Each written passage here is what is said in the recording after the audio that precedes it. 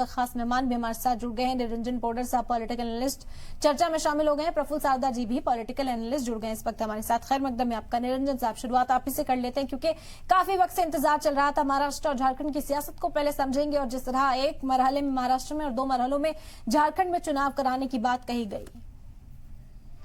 निश्चित रूप से देखिए ईरम जी, जिस तरीके से पिछली बार अगर हम बात करें झारखंड की, तो झारखंड के अंदर 5 चरणों के अंदर चुनाव था, लेकिन इस बार चुनाव आयोग ने 2 चरणों में ही इसको संपन्न करवाने की बात करी गई है। और इसके अंदर सबसे अच्छी बात यह है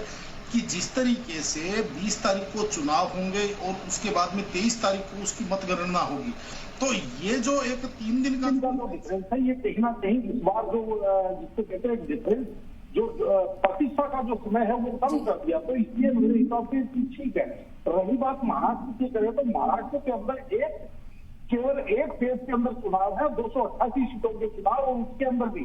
सबसे बड़ी बात यह है कि इस बार ये जो महाराष्ट्र का चुनाव अनोखा चुनाव इसलिए है क्योंकि इस बार वहां पे 6 पार्टियों का दारोमदार, उनका भविष्य और उनकी राजनीति और उनका राजनीतिक अस्तित्व दारोमदार है। क्योंकि जिस तरीके से आपने देखा होगा कि एनसीपी टूट करके अजित पवार और शरद पवार के 2 भागों में बट गई जी। शिवसेना टूट करके शिवसेना शिंदे और शिवसेना उद्धव दो भागों में बट गया। तो निश्चित रूप से इस बार ये जो विधानसभा चुनाव है, ये इस चीज को तय करेंगे कि जनता ने असली शिवसेना किसको माना है, जनता ने असली एनसीपी किसको माना है, शिंदे को असली शिवसेना माना है या उद्धव गुट को असली शिवसेना माना है। क्योंकि जिस तरीके से आपने देखा होगा कि 2019 के जो विधानसभा चुनाव हुए थे, उसके अंदर शिवसेना और भारतीय जनता पार्टी की कहीं ना कहीं मिलकर के सरकार बनने की स्थिति थी, लेकिन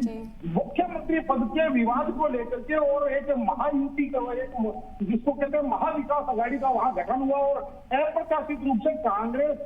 एनसीपी और उनकी धुर विरोधी शिवसेना एक मंच पर जाकर के उन्होंने संगठित सरकार चलाई। और उसके बाद में जिस तरीके से शिवसेना दो फाड़ हुई और शिवसेना का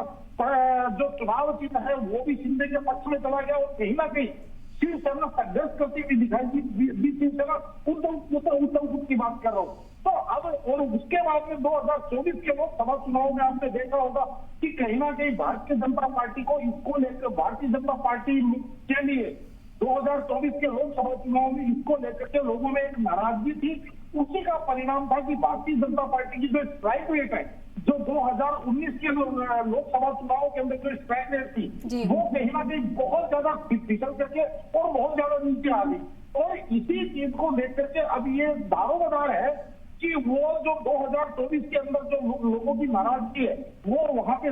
निकल चुकी है, या वो अब विधानसभा के अंदर भी उसकी पुनरावृत्ति होगी। और ये सारी की सारी चीजें देखने के लिए,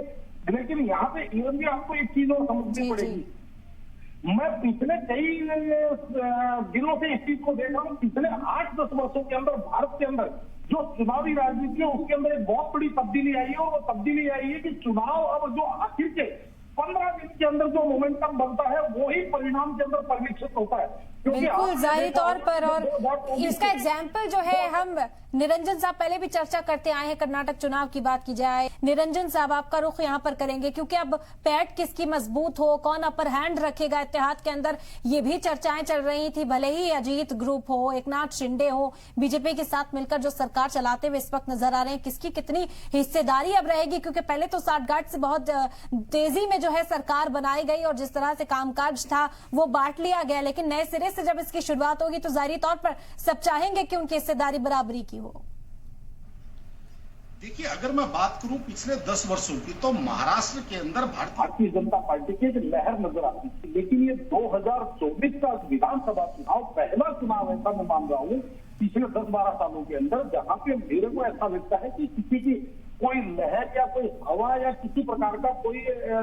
जिसको कहते हैं पहले से जनता जिसको समझ लीजिए सर आंखों पे बैठाती है। क्योंकि आज जिस तरीके से महाराष्ट्र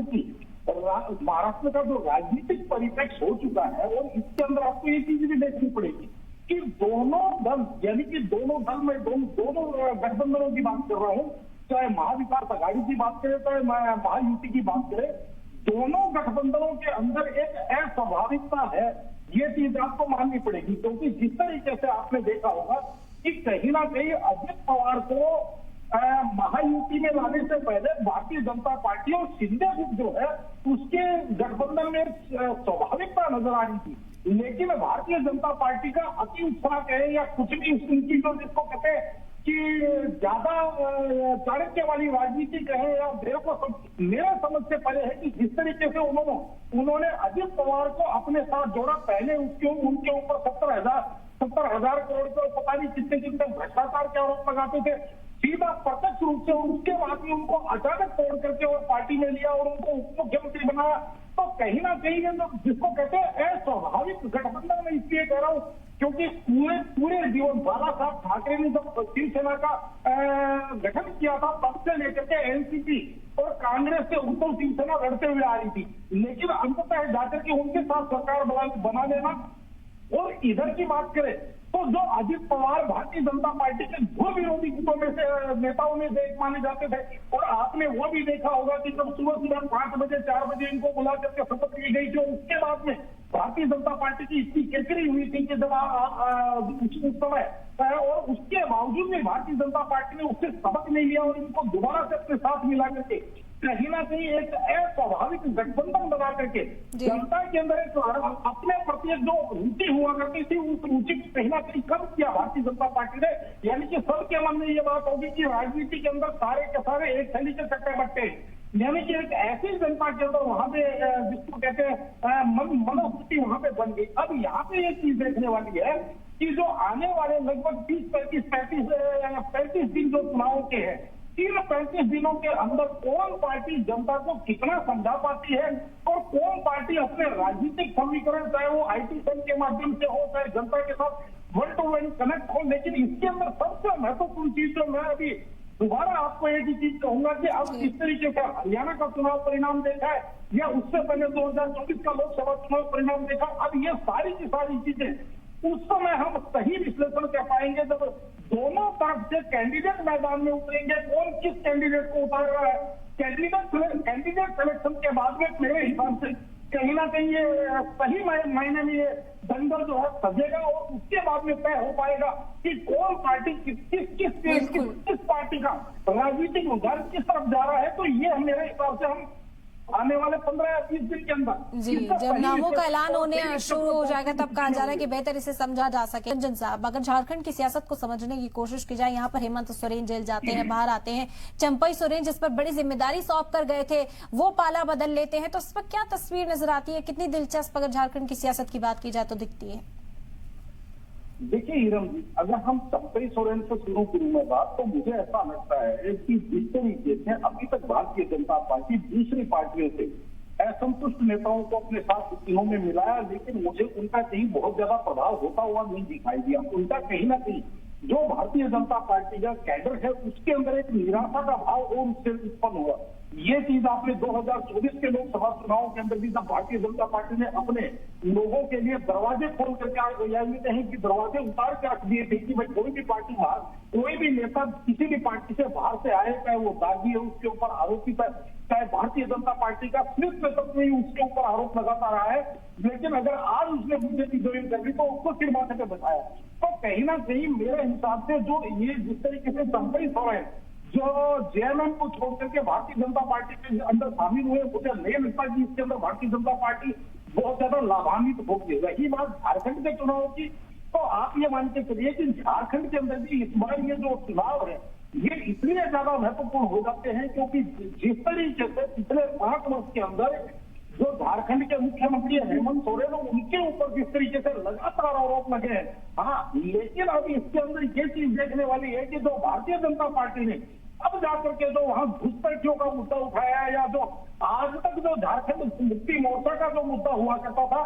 जल जमीन और जंगल, आज कहीं ना कहीं भारतीय जनता पार्टी उस मुद्दे को लेकर के और कहीं ना कहीं फ्रंट फुट पे खेल रही है और झारखंड मुक्ति मोर्चा इस चीज को लेकर के कहीं ना कहीं बैक फुट पे नजर आ रहा है। क्योंकि जिस तरीके से